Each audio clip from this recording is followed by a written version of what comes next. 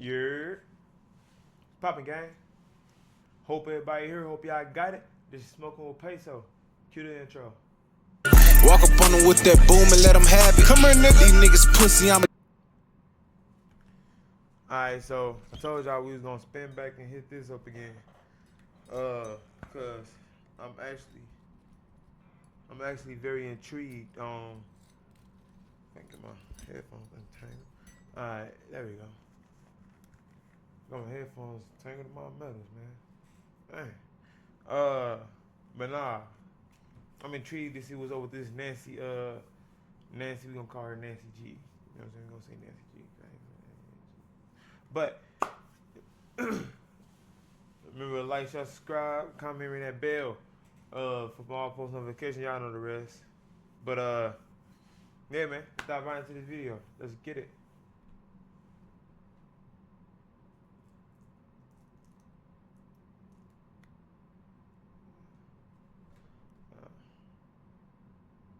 Change yoga retreat next to the beautiful Lake Adilan, the deepest lake in Central America. Among those 12 people was 29-year-old Nancy Ng, a California woman who had been to the same retreat the previous year with the same instructor and had enjoyed it so much that she decided to go again in 2023. At around 10:30 a.m. on October 19, 10 people from the group went kayaking in Lake Adilan. Before paddling to the middle of the lake, a video was taken of the entire retreat group where Nancy could be seen waving at the camera as she paddled a few feet from the shore.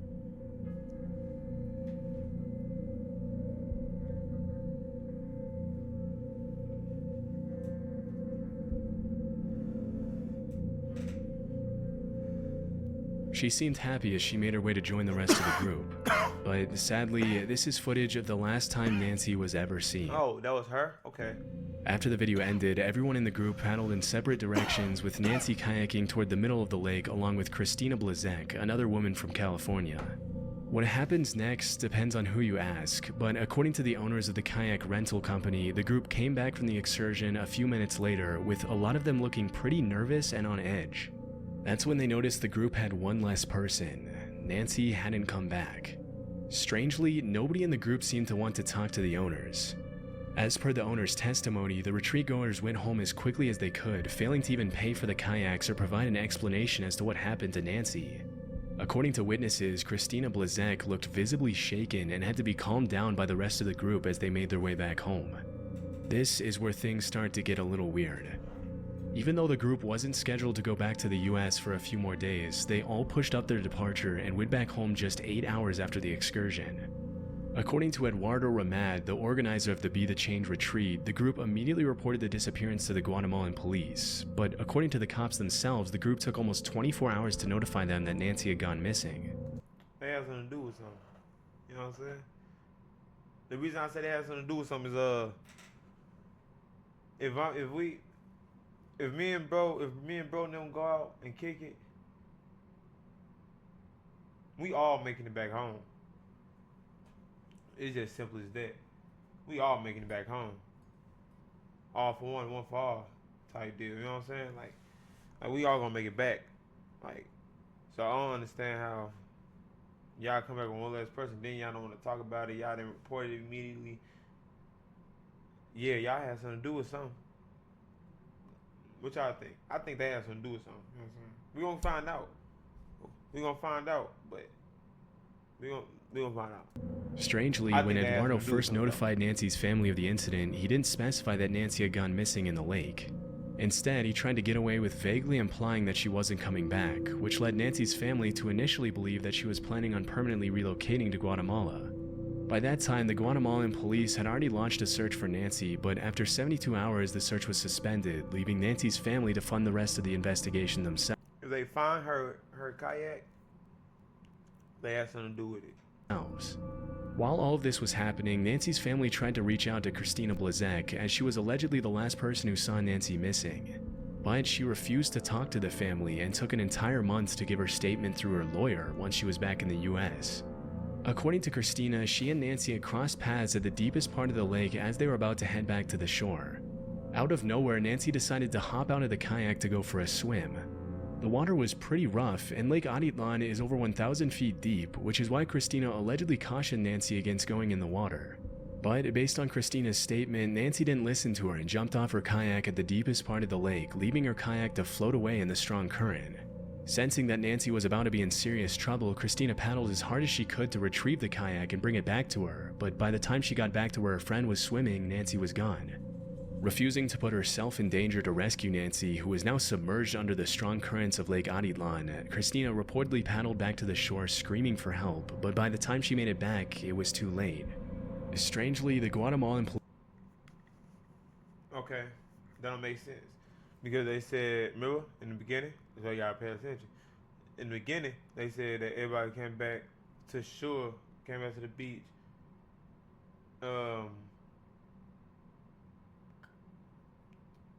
visibly shaking, but they wasn't like screaming for help. So they may be talking about the beach where everybody is before, because I thought they all sailed straight from, you know what I'm saying? Police said Christina gave them her statement about the incident and was very forthcoming with them, but when Nancy's family reached out to the Guatemalan authorities, they couldn't find any records of Christina's statement on their files. At this time, allegations started being thrown around that Nancy had never been offered a life jacket before she went on her kayak. But the owners of the kayak rental company went on record to clarify that that was completely false, and that the only reason Nancy could be seen without a life jacket in the video was that she decided not to take one.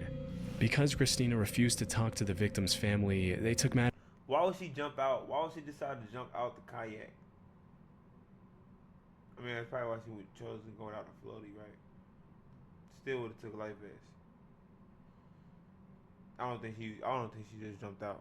Into their own hands and did something that was honestly pretty messed up. They revealed Christina's name publicly and accused her of withholding information from them.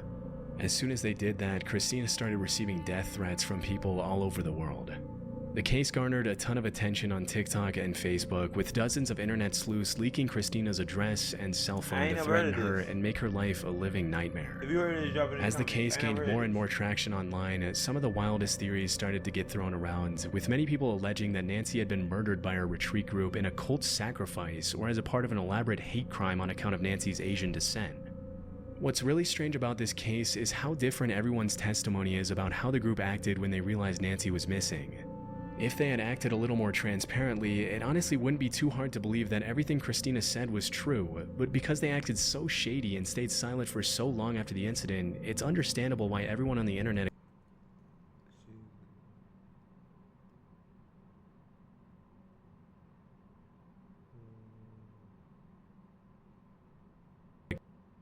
accused them of hiding something. As of today, many witnesses still haven't given their statements, and there are even allegations that the group bribed the Guatemalan police to let them leave the country early, but there's no definitive proof that this really happened. My personal opinion is that Christina is probably telling the truth and that the group most likely didn't have anything to do with Nancy's death. I'm not justifying the way they acted, but to a certain extent, it's understandable that they'd be nervous after the incident, considering that they were in a foreign country where they didn't speak the language and didn't know how the police would react to Christina's version of the events. Still, their suspicious behavior leaves a lot of room for doubt. Hopefully, more information will continue to surface on Nancy's disappearance, but for the time being, this case will have to remain a mystery. Patricia Meehan. On April 20th, 1989, Should we stop right there? Should we stop right there? 8 minutes. Should we stop right there? No, a woman named Peggy Bueller drove down a dark country road near a small town in Montana named Circle. Suddenly, she saw a woman driving in her lane on the wrong side of the road, heading straight toward her at a pretty high speed.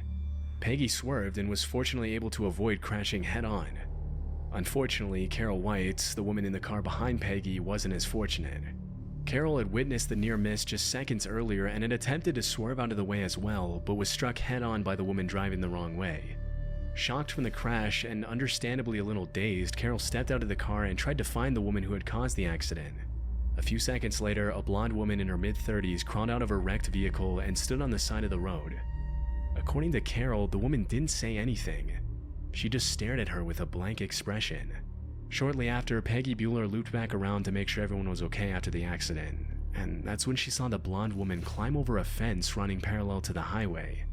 In her witness statement, Peggy said, "As I looked out across the accident, I noticed someone on the other side of the fence, standing there like a spectator, not like it had happened to her. By the time the cops arrived, the blonde woman was gone, but they managed to identify her thanks to her license plates as 38-year-old Patricia Meehan, a resident of Bozeman, Montana, where she worked as a rancher in the summer. For 5 days, the police combed the area with dogs and helicopters, but found no signs of Patricia, only a series of footprints about a mile away from the crash site that eventually disappeared. According to police reports, Patricia had been on her way to her parents' house in Pittsburgh before the crash. Interestingly, the cops later found that Patricia had spoken to her parents on the day before the crash and had told them that she was under a lot of stress and wanted to move back in with them for a while. Because Patricia was a pretty stable woman and didn't have any problems with alcohol or drugs, her parents were caught off guard at the request, but accepted under the conditions that she see a therapist before moving back in with them. So, before heading to her parents' house, Patricia scheduled an appointment the following day with a specialist and prepared to make the trip to Pittsburgh. It's unknown why she passed through the town of Circle, which isn't exactly on the way to Pittsburgh from Bozeman, but it's possible she may have gotten lost. With no real leads other than Patricia's identity and her family's statements, the cops tried to find a viable explanation as to where she could have gone. After a while, they narrowed it down to 2 possible theories. Either Patricia had hitched a ride after disappearing into the darkness, or she stowed away on a hay truck that the cops had seen a little more than a mile from the crash site. This is where things get a little strange. Over the next few days, a bunch of people started calling the cops, claiming that they had seen Patricia Meehan at different truck stops and diners along I-70, acting dazed and confused and asking strangers for rides. By the end of June that year, more than 25 sightings had been reported to Patricia's parents, who had both traveled to Montana in hopes of finding their missing daughter. Interestingly, a lot of people who claimed to have seen Patricia verified that it was her when her parents showed them pictures and videos of her, but every single one of them had failed to report the missing woman to the actual cops. It was as if she was doing everything to stay one step ahead of the cops and her parents, even in her seemingly confused state. In the fall of that year, more and more sightings and reports of Patricia started surfacing. In September, Patricia allegedly hitched a ride from a woman in Victor, Montana, who offered to let her stay with her and her husband for the night. The next day, they dropped her off at a truck stop to bring her closer to some friends she said she was visiting in another part of the state, and by the time the couple realized they had a wanted missing woman on their hands, Patricia was gone. She like a ghost, huh? So like,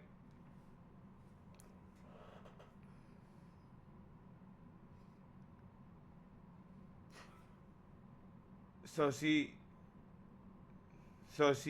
not like in danger or nothing. She just don't want to be found. She's an adult, right? So she's an adult. She don't want to be found. Why y'all still looking? If people still seeing her, that means she's fine. So, you know. While all this was happening, Patricia's parents found a roll of undeveloped film in one of her cameras, where they found a pretty haunting self-portrait that was taken shortly before the accident and disappearance. In it, Patricia can be seen staring at the mirror with a vacant expression and a camera between her hands. As far as we know, this was the last time Patricia was ever photographed. As of today, at least 100 people have reported seeing Patricia Meehan since her disappearance, but the authorities haven't managed to locate her. With the extremely bizarre nature of the case, everyone from the cops to internet sleuths to the general public has been left wondering what on earth could have happened to Patricia, and this has obviously given rise to all kinds of theories to explain her disappearance. According to one of the most popular ones, Patricia may have suffered from amnesia after the crash, which is possible when you consider the state of mind she was in before she made the trip to Pittsburgh. Multiple psychologists have weighed in to explain that a period of intense stress combined with a potential head injury could have resulted in full-on amnesia, which hauntingly could have made Patricia want to travel across the state in a desperate search for her lost memories. This would explain her dazed and confused behavior, but doesn't explain how she managed to elude the authorities after over 100 people across the country allegedly saw her and interacted with her. One of the darker theories is that Patricia caused the accident on the road on purpose. But see, I don't believe they saw her now, because like if all y'all saw her and knew who she was, why y'all didn't like get in the car and like call 911? You know what I'm saying? Y'all probably got some money. Y'all don't even know. Y'all probably got some money. Now you'll never know. To take her own life, which explains why she would take a detour to Circle instead of taking a more direct route to Pittsburgh. Although this is definitely possible considering she was depressed, it begs the question of why she would schedule an appointment with a therapist in Pittsburgh if she was planning on taking her own life just a few hours later. According to other sources, Patricia may never have hitched a ride from anyone and potentially just wandered off into the woods before drowning in a nearby body of water. This would be extremely strange considering that so many people pretty much swore on their lives that they had seen the exact woman in the pictures Patricia's parents showed them. But stranger things have happened, and a couple of detectives have mentioned this is definitely possible. Because the incident happened so long ago, it's unlikely we'll ever know what happened to Patricia Meehan, and this will probably just have to remain one of the strangest, most haunting unsolved disappearances in history. Kaylin Louder. You want to stop it right there? You know what I'm saying? But yeah, we did 2 of them. We did 2 stories. I wasn't gonna do 2 of them, but that was like, man, I might as well do 2. But so the title this might be crazy. Yeah, man. I don't think she was in her right mind. I think she snapped. You know what I'm saying? I think that picture was like, I don't know, something her remember, like, cause she knew what she was gonna go do. Like,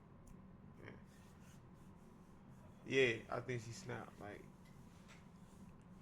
and now she just don't want to be found. You know what I'm saying? She know her people looking for her. She don't want to be found. Leave me alone. But that's neither here or there. That's it for us, man.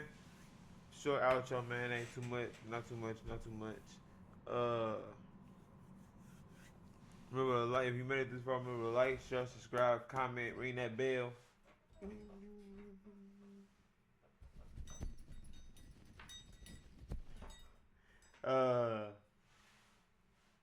And yeah, man, it's gonna be a lot of going up. If you're new to the channel, welcome. You know what I'm saying? I am Big Peso, Big P, captain of the ship. And we gonna keep it rolling. You know what I'm saying? And yeah, until then, we gone. You dig?